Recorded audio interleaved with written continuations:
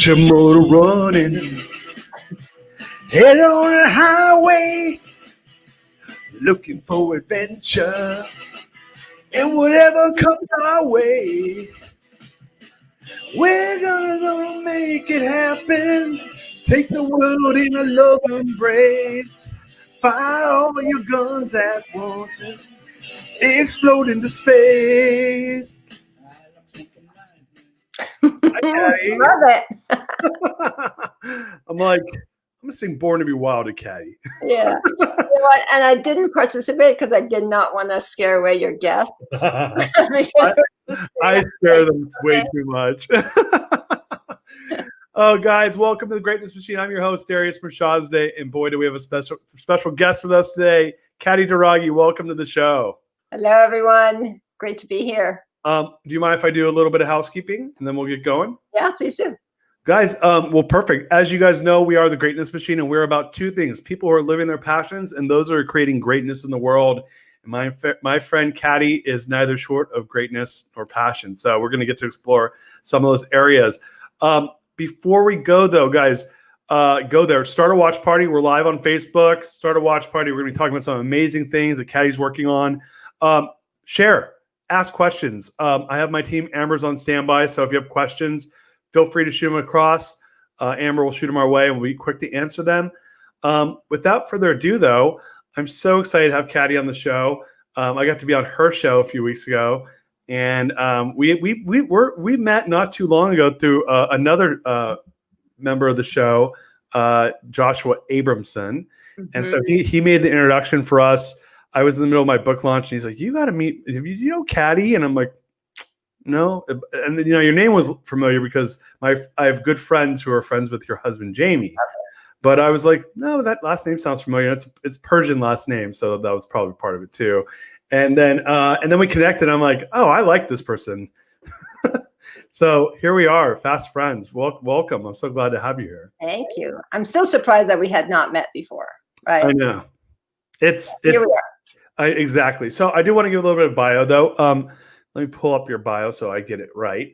Guys, Katty's an entrepreneur, and she's the president of Inspiring Hiring and Artisan Creative. She's the podcast host of the Artisan podcast, and and the reason why some of you may be wondering why you're surprised we hadn't met is she is heavily involved about both the global and the local level of a group by the name of Entrepreneurs Organization, specifically chairing my EO, which is an organization that's a global organization helping entrepreneurs really level up and be a support to one another. So that is where there's a ton of overlap for us. And interestingly enough, she is writing a book called The Butterfly Years, and it's a book about how to deal with grief, and we'll get to talk about that a little bit as well. So glad to have you. Welcome. Thank you so much. Glad to be here. So just got back from Idaho, got to escape the fires of Cali. How are you feeling?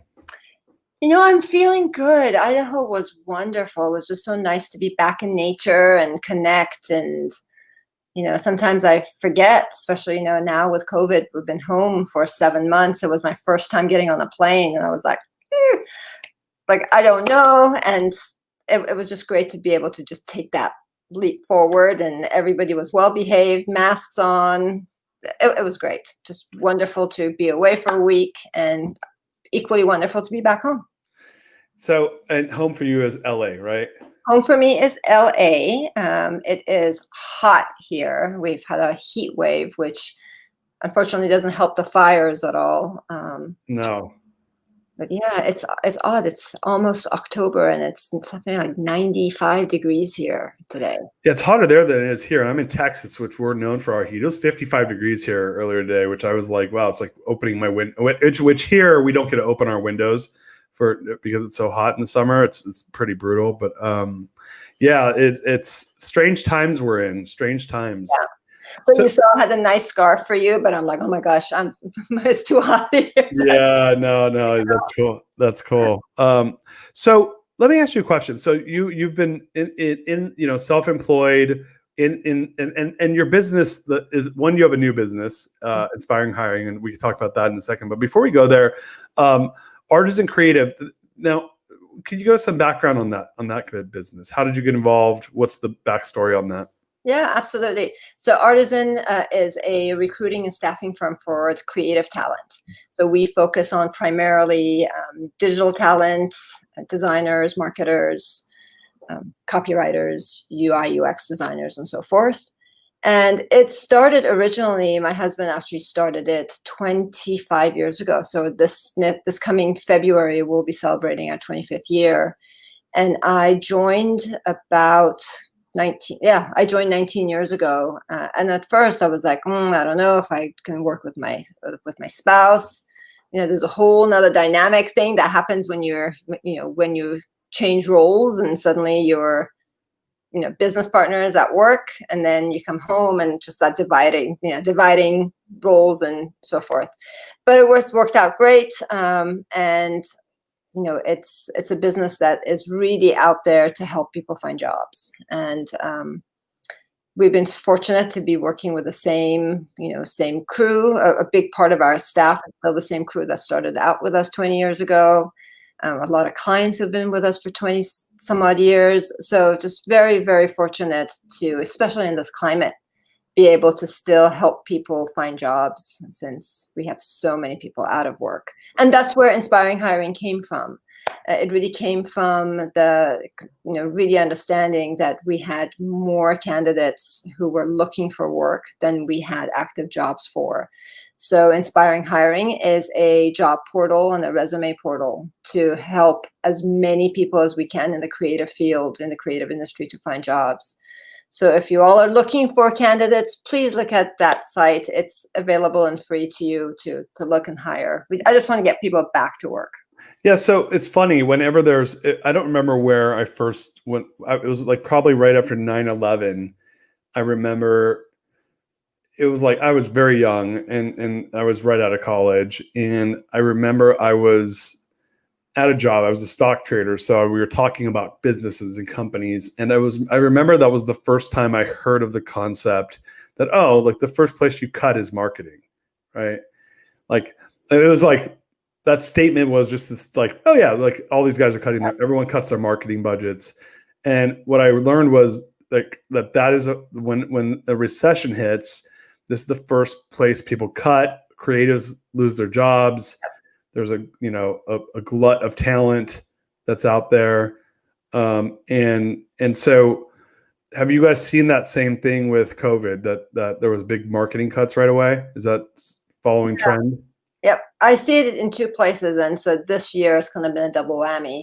My personal experience has been every time there's an election year where things are unclear or people are unsure, the marketing dollars are, people just sit on their marketing dollars until they know which, whatever way it goes. It's just the uncertainty of it that just, I think, makes people a little timid to spend on marketing. And secondly, of course, COVID, with what's happening in the economy and what's happening in the workforce. So yeah, definitely seeing a lot of people out in the marketplace, a lot of great people out in the marketplace. So if anybody is looking to hire, there's some really amazing candidates who really weren't available past couple of years. Right. And I do think that that's an important thing, like, for people to understand, is most great businesses are built in recessions because you end up being able to hire a ton of great people. Yeah. It's one of those rare opportunities where you go from not being able to find anybody like at all that's qualified to kind of, it becomes a buyer's market, right? From a seller's market. So for you guys, maybe give us the background on why you decided to start this new business of Inspiring Hiring. Yeah, so really the background for that was just, supply and demand. We just had a lot more candidates who were out of work, who needed work, than jobs that we had to place them at.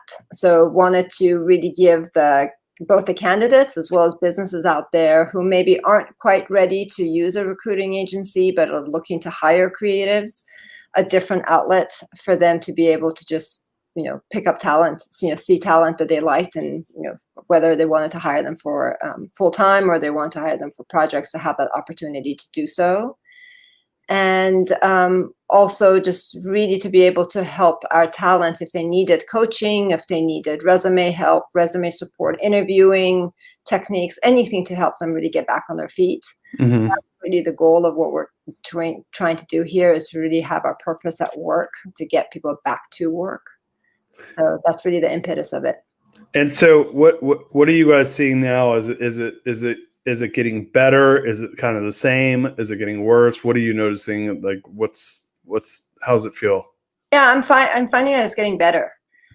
Fourth quarter is upon us. The marketing dollars that weren't cut are just sitting there. It's time to spend them. So definitely seeing a movement both for people who needed to get projects and pitches done, needing support and needing creatives there, as well as people who just have, headcount that they need to hire. So yeah, I would say in the past month, it's been on an uptake, and so far so good. So knock on wood, because it was interesting few months, to say the least. Yeah. This year's been unkind to everybody, and so it'll be interesting to see where we go from here. And so you've been in this business. Jamie is now out of the business. Correct? Jamie's out of the business. Yeah. And how long has he been out of the business for? He has been out of the business officially since I took over officially in 2012. Okay, so yeah, that's right. So he's been out for a while, and so I've worked with my brother up until this year, and so having worked with a family member, to your point, obviously it's a different dynamic in that a brother versus spouse, but there's the similarity I see, and the issue that I've had with it is you just end up talking about work every time you see each other, right? And so, what were some things that you guys did to overcome that? Yeah, so we actually had to put some parameters in place, because there was a time, we don't have kids, first of all, so we can't talk about work and kids. So we could talk about our cats, but that's not entertaining after a while. So we actually had to, specifically for me, I think, because when I first joined the company 19 years ago, he was my, we were married already when I joined, but he was my boss. I didn't join as a partner. He needed help, so he asked me if I could come and help him. I left my career at the time. I had been in retail for a long time and managing a big team. I had a team of 20 people at the time. And he's like, I could use help with management. Can you come help me? So I did. So I left my career, came to help him. But there was a distinction in roles. And I think that's the important thing that, we have an opportunity to talk about this when we do some couples workshops now together. Is it's important to define, when someone says something to you, who is it that's doing the talking? Is it your spouse who said, I don't like this report? Is it your boss that says, I don't like this report? And really be clear about that, because if you think it's your husband saying it or your spouse saying it, and they're really thinking more, it's the work conversation, we're each having a different scenario in our heads, and we're telling ourselves these stories that aren't matching, and that's I think where conflict can arise.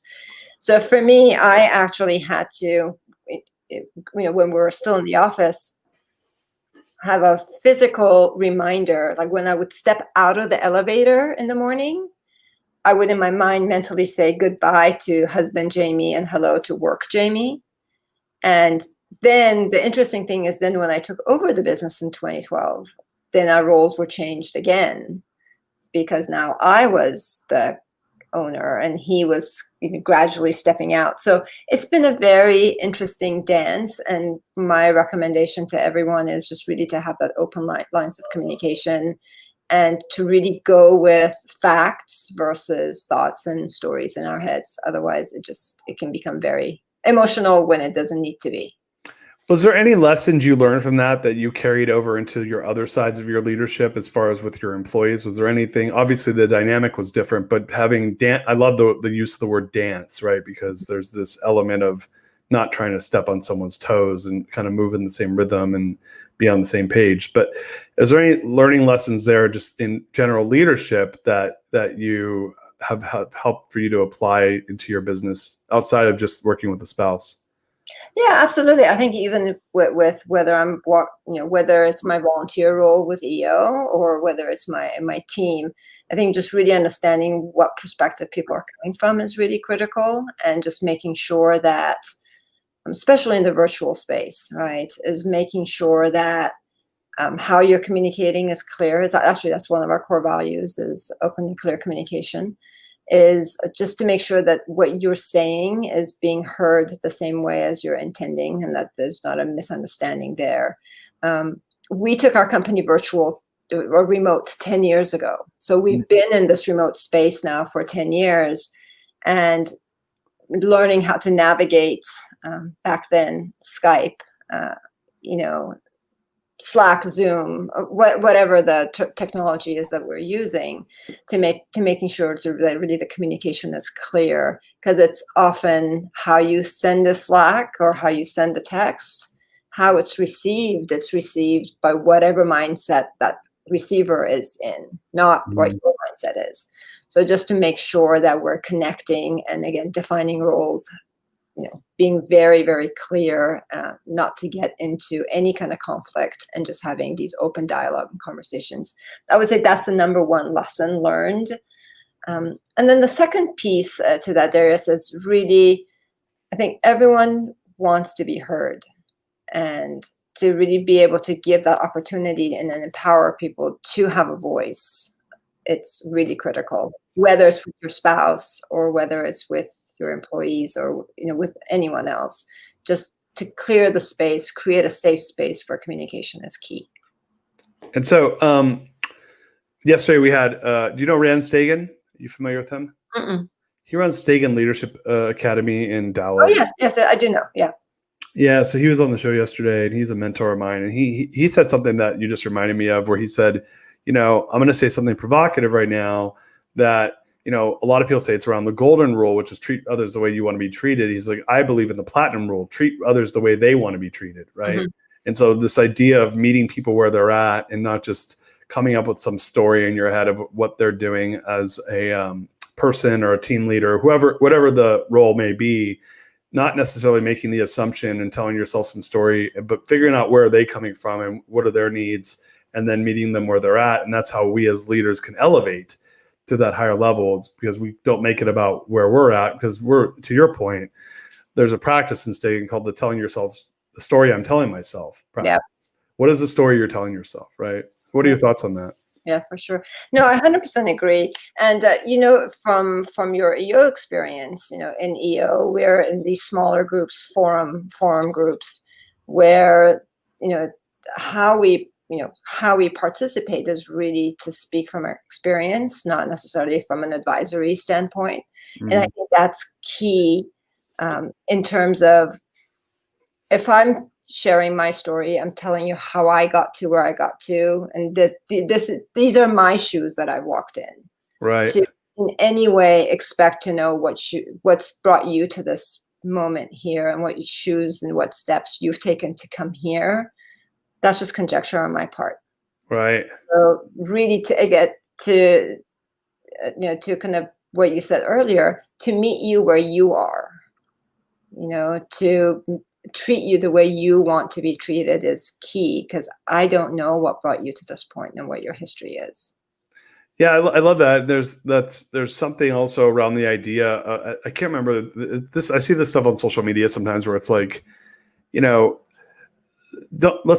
need to give each other the benefit of the doubt, because sometimes it's like that person you're being rude to, maybe they have something really bad going on in their home. Maybe the reason they're behaving that way is their father just died, or they had something tragic happen, or they had this really bad piece of news happen to them, and they're just trying to get through their day. It's the worst day they've had in a year. And you're like, why is that person so rude, right? You're making it about yourself, right? As opposed to being curious around, well, why would like, it's not normal that someone would behave that way. So maybe how can I be of service to them? So I do think it's to your point in EO, we don't internalize with advice. We talk about what happens from our own experience. So that's great. I love that. Yeah. So when did you get involved in EO? How long ago was that? I got involved. I've been a member for 5 years. However, I was involved as a spouse. EO has a very, very strong spousal program. So I got involved in 2004 when Jamie first joined. And I joined in, for any EOers out there listening, I only joined in because I was curious and nosy as to what was going on. because the interactions in these smaller forum groups are confidential. So I was just like, what are you guys talking about that could possibly be confidential? So I went Everything.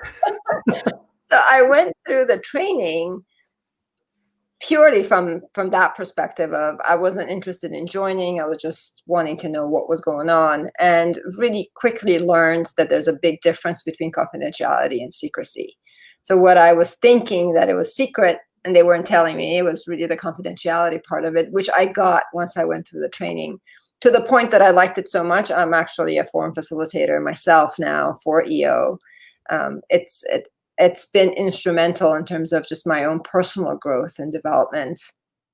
And even this book that I'm writing currently, The Butterfly Years, it only came about because I had an opportunity through EO to talk about the story of kind of what was happening to me, what steps had I taken, how I had walked in my shoes to get to that place that I was at, and realized that there was a story in there to tell and that hopefully it can help other people. So just talking and sharing and being able to speak from experience has been a huge, I think, change in my mindset and in terms of how I conduct myself. Yeah, could you talk to us about the book? I'd love to hear about this. Yeah. So I had, unfortunately, between 2011 and January of 2015, I had 7 family members pass away. Wow. Specifically my mom, my dad, and my stepmom all died within 4 months of each other. Oh my God. Yeah, it was not a pretty time by any means, and pretty dark period for me. However, it was also at the same time that I took over our business. So my parents all died in 2011. I took the business over in 2012. Just this juxtaposition of this awful stuff happening and this great stuff happening simultaneously, and being through probably the worst period of my life at the same time, in my career at the best time in my life, and really entrepreneurship coming into my life full force. I had been on the periphery of that, but it really coming into my life full force.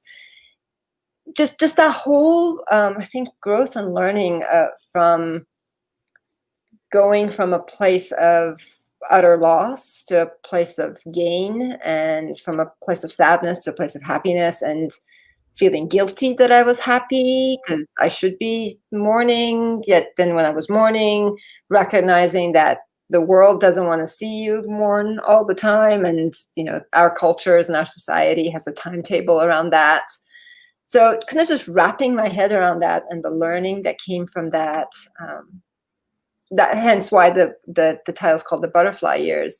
I had read a proverb that said, just when the caterpillar thought the world was over, it became a butterfly. And at the time when I felt that I was in this dark chrysalis, my world was opening up at the same time. So it's really a story of my journey through grief, but towards hope and healing. And I'm hoping that by sharing that story and by demystifying some things through grief and mourning, that I can help others who may be going through something similar and help them along the way. So that really is my opportunity to hopefully give a little bit of that butterfly, give some wings to people. When you were going through that process, mm-hmm. What were like some of the key things that, obviously you're in the middle of writing the book, but I'm assuming you have a pretty strong idea of what the process or what the content is. When you talk about the process or one of the key takeaways from your learnings, what's like maybe one of the most key takeaways that you got from that process of learning? I think the most profound, you'd think it's standard for everyone, but it was new to me, is that there is no other person who's going to go through grief the same way as you. And, I had heard about, the 5 steps of grief and the grief process and so on and so forth. And none of that was the case for me. And I realized that every person, sorry, there's a little bug here on my desk that I'm trying to maneuver it off of me. It doesn't come near me. No, you're good. You're good. I'm moving this way. So that was the number one thing, really figuring out is there is no one else that grieves the same way as you. And that from a society's perspective, there's expectations of how long you should be grieving, whether you're grieving enough, whether you're not grieving enough, is too much, too little, and kind of coming to a realization that everybody just goes through that journey on their own, and that none of us can really force someone out of grief. You're not going to come out of grief. You're going to, that grief is going to be with you. It may become more dormant, and maybe it's not as intense as the first several months or years, but that is always with you. And for me specifically, I think I saw life in a lot of little things that it was growing and growth for me. Like I saw, this is going to sound really kind of out there, but here it goes. So for me, nature is very healing. And it was from the beginning. And I remember the day coming back from the hospital, riding in the car back with my stepdad. I looked out the window, and like the green of the grass was the greenest I've ever seen it be. And I was like, I'd never noticed that color green. Like the birds chirping were just so loud. I'd never noticed that before. Something sparked in me where I think I realized that I needed to live for those who couldn't live anymore. And that's going to just been my trajectory for the past 9 years, is how much more can I live? Because I'm not just living for myself. I'm living for my mom and for my dad and for my stepmom and for like all these other people who passed away. So that was the biggest thing. I was not expecting life to come out of death. Well, so it's interesting because I believe that change comes through contrast. Mm-hmm. So if you look at, I'm going to use this is not a perfect analogy, but it is, I think it's what I'm thinking of right now. Like weight loss, for instance, the way you lose weight is there's a contrast around the homeostasis, the norm, and then you put your body in a state of caloric shock. Mm-hmm. And then your body fights to get back to homeostasis. So you'll see people, they lose weight and then they stop losing weight because the body gets used to the new environment. And so what I just heard you say is essentially a shock to your awareness, right? It really was. It really was. I heard this this concept, and I'm right now forgetting the author who coined it, but it's this concept of post-traumatic growth. Have you heard of that before? No, what's it called? Post-traumatic growth. No, I haven't heard of it. And it's the concept of, when someone, for example, loses a loved one to, let's say, lung cancer, and then they decide that they're going to run a marathon, or they're going to start a foundation, or they take that grief and that loss and actually are able to make something positive for other people for it. So it's not post-traumatic stress, it's really post-traumatic growth. It's the growth that comes out of trauma that happens to you. And I hadn't heard about it until a few years ago. I had started so this book has been 3 years in the making, I want you to know. It has not been an easy book to sit down and write, because It's such an emotional journey. So I can't remember if I had heard about it before or after I started the book, but the minute I came across it, I was like, that's what happened. At that moment of trauma is when I said I can be the best version of me, because I have to be, because life is short, and if not now, then when? So all of these things kind of came about it. And I want the book to be uplifting for people. I want the book to be hopeful for people. So that's that's where I'm coming from with this book, and obviously speaking about it. And I had an opportunity to be on the speaking circuit with EO for it, and that alone was healing. So writing is, I think, is very cathartic. So anyone who's going through this, at least my experience was, because I didn't want to burden other people about it, I just wrote. And just writing it and being able to talk about it and talk to the people who had passed on was very, very cathartic. Yeah, it's interesting. I was talking about this in one of my forums because we were talking about this idea of grief, right? Grieving. And I did this TEDx event in 2012, and there was a woman, and I'm forgetting her name right now, but she's a friend of a friend, and she spoke, and it was all around, she had started an organization called Good Morning.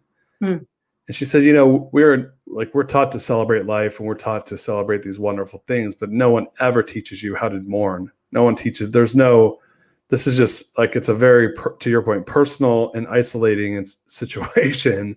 And you're like, and people's patience for it can be pretty, what's the word I'm looking for?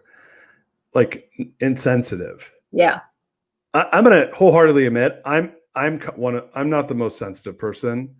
That's untrue. I'm an overly sensitive person. And because I'm such a sensitive person, I've built these walls around my sensitivities where I kind of don't feel stuff when I'm in these like whenever I know I'm not feeling anything, I'm like, oh, it must be really serious. There must be something really bad happening if I'm not feeling anything. But at least I have an awareness that that's how I react. Right. My mom and I were talking about this many years ago, and I can't remember if my father passed away 20 years ago, and she was saying that in Persian culture, that the way they mourn and grieve is very different in the United States. And it's a much more, like, I don't want to say better, but it's more open, and it's more accepting that you can grieve and mourn in these really emotional ways there. And I know you've lived in the United States for a very long time, but do you think there's some cultural aspect to that for you as well? Oh yeah, absolutely. I actually talk about that in the book. I talk not only about the Persian culture, but just I have some comparisons with just different cultures, how the Indian culture looks at death, how the Jewish culture looks at death, both from a grieving perspective, as well as just the ceremonial piece of it, the mourning piece of it. They're so different from each other. And I remember there was, and I don't know if probably, in the Iranian culture, you wear black for, a extended period of time, especially like if a spouse dies or a parent dies. And I wear black all the time. I'm wearing black now, right? And when my mom died, I could not wear black for the life of me, right? So even for her she didn't want a funeral, but for her celebration of life, I was like, okay, everybody wear color, be joyful. I wore polka dots. And I think it came from the fact that I felt so dark inside that just outwardly I needed for it to be light and happy, and red was her favorite color. So I was like, okay, let's wear red. But then I felt guilty, like I shouldn't be wearing red. Like if everybody else is watching me, shouldn't I be wearing black? So that whole piece in there was very, I think, disruptive. Stories I was telling myself, like the judgment that I thought others were having was just not a healthy place to be. And I mean, in the Iranian culture, people wail and throw themselves on the ground, and we're a lot more stoic here in the West. And being caught between those two worlds is a difficult place to be as well, right? Well, it's funny also, like I've been doing, and we had my therapist actually somatic experience therapy. And so the body is not meant to hold those emotions in at all. Like we're meant to let it out. And so it's probably there's a reason why people wail and throw themselves on the ground and scream. And, it's like they're getting all this anger and sadness out of them. Yeah. Because if it stays inside of you, it's toxic. It's not good. It's really bad for our bodies, And psychology. So it's funny though, in American culture, it is much more of it's sad, but it's less.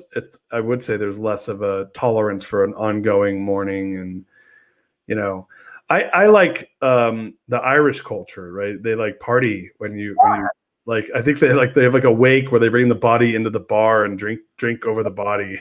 And I told my wife, I'm like, I want you guys to do that that's what I want. I think that I don't want to be embalmed though. I'm not like, it's not the person, right? Like I'm like, you got to cremate me, but bring my ashes to the party, and everyone's got to like do a cheers against my urn. It's good to laugh about it, and it's good to have a plan, because you're right. I think specifically here in the West, well, I think this is probably universal. It's just an uncomfortable topic. So, when we talk about death, I think everyone imagines themselves or their loved one, so nobody wants to talk about it. And it's hard for the person who's going through it if they don't really have any place to talk about. Right. So I'm hoping that we can lift some of the taboo around it and actually have a conversation around it, and have uplifting. Well, it's really interesting also because I think that there's a conversation to be had around not only culturally, but from a gender perspective. Like how, my brother-in-law, who's 40, he would have been 47 years old next month, or in November. He passed away in March. 46, suddenly, very, very suddenly. And he was on vacation and literally went on vacation like on February 26th and never came home. And it was a very tragic thing that happened. And what I found was some people were really sensitive to it and very like connecting and emotional with my, I noticed this with my in-laws. It was my brother-in-law and with my mother-in-law. She's 70 years old. She's lost her son, which is, I can't even imagine, and other people didn't call. And I think it's because they got anxious because they didn't know what to do. Yeah. And then they didn't say, I'm sorry. They didn't call. And I'm going to spare names here because I don't want to start shit with my family right now, but it was people that like the fact that didn't happen was not okay. And I noticed when I would tell some people, they wouldn't say anything, and other people would be overly sorry about it, but other people would be it was almost like they didn't know what to say. And it goes back to what we were saying earlier, that I think it's very uncomfortable for people. They're not taught how to handle it. Some people have a higher emotional quotient, so they get that you should at least say, I'm so sorry for your loss, and is there anything I can do for you? That's like, hey, thank you very much. That's like a very polite thing to say, right? And I think other people, it's like they have no idea what to do and they just shut down. Yeah. Why do you think that is? For people to say, you know what, I have no idea what to say, and I don't know what to do. I'm just here for you. Yeah. For your loss, and that's really that's worth 1,000 words. Oh, and I know. Well, the point that I was trying to make was I noticed that men were much worse than women. That was, and it was to the point where it was almost annoying. Where it's man, I know we're taught to be tough when we're little boys, but this is not something. It's something that I think is really important. So that's really exciting. I'm happy you've taken the time to put this book together, and excited for you to have it come out. When do you expect that it's going to be done? My goal is to have it be done by Thanksgiving. Oh, wow. Okay. So you're almost done. Yeah. It just came back from the editor. So it all depends on how long I take to get the edits done. But that's my goal. I've decided to self-publish it. So we'll cross that bridge when we get to it. But my mom's anniversary is in April. So my goal is for it to be out and published by April. Are you using Scribe or one of those guys? No. Okay. Yeah, just doing it all myself from soup to nuts, which is why it's taken 3 years. Yeah, it's a process. Well, at least you have support with your husband having written a book. So Exactly. And I'm here to support you. So, I honestly, I learned a lot in the process. So I'm happy to give you pointers if you need them. Thank you. I will definitely reach back out to you, especially when I have something in my hands to show you. Very cool. Well, so where can people find you? Obviously, we ended up talking about your book, which is I'm so grateful to hear about it. But why don't we let people know, like, where can they find you? What sort of things? Obviously, you talked about the business, but if you want to kind of give people a reminder, and then we'll get you on your way and wrap this up. Yeah, absolutely. So you can find me on LinkedIn. I think I joined LinkedIn early on, so I'm the only Katty. So find Katty Douraghy on LinkedIn. You'll see me there.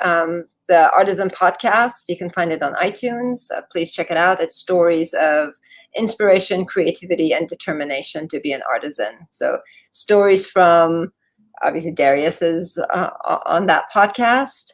Stories of people who take sabbaticals and go in search of the best ice cream for a year, all the way to stories of pearl designers and just creatives as a whole. So hopefully you'll find that uplifting and inspirational. So the Artisan podcast, and then Artisan Creative and inspiringhiring.com. If you know of somebody who's looking for work or looking to hire, please point them in that direction. Very cool. You just inspired me to take a year off and go eat pizza all over the world. Right? I want to do that. That's maybe one of my adventures I got to put on my bucket list. 1 year, every pizza, every country. Perfect. Oh, doesn't that sound amazing? Oh my gosh. Maybe I'll mix ice cream and pizza together. Katty, thank you so much for being on the show. I appreciate you so much. It's been really wonderful having you here to learn all about all the cool things you guys are doing. And I'm really excited for your book. It sounds like it's a really important book and it's going to help a lot of people, and just grateful to have you and have you be a part of the show. Thank you so much. Darius, thank you so much. I had fun and I really appreciate you having me today. Yeah, likewise. Guys, we have shows this whole week. I believe we have one show tomorrow with Tom Batchelder. Do you know Tom? Mm-mm. Oh, he wrote a great book. I'm blanking on the name of it, but I'll look it up. But he's an amazing guy. He's does a ton of coaching around sales, entrepreneur. He's an EO guy from San Francisco. But Tom's going to be on the show, and excited to have him. And with that said, guys, sign up for the show. Go to @therealdarius.com. And I'm sorry, not @therealdarius. It's www.therealdarius.com. That's my website. Subscribe to our newsletter. We're going to be starting to put out a bunch of stuff about the book, and there's a ton of freebies there for the book, my book, Core Value Equation. Buy my book. Great book, by the way. I have so many pages dog-eared. Oh, I thank you so much. And if you feel the way Katty does about my book, and you have read it, I would appreciate reviews on Amazon. I'm trying to build those up. But yeah, get my book, review my book. I appreciate you guys so much, and I'm looking forward. And join us at The Real Darius M on Facebook to get updates on the show. We're going to be really putting together some great shows come up. With that said, thank you guys so much. We'll see you guys tomorrow. Goodbye.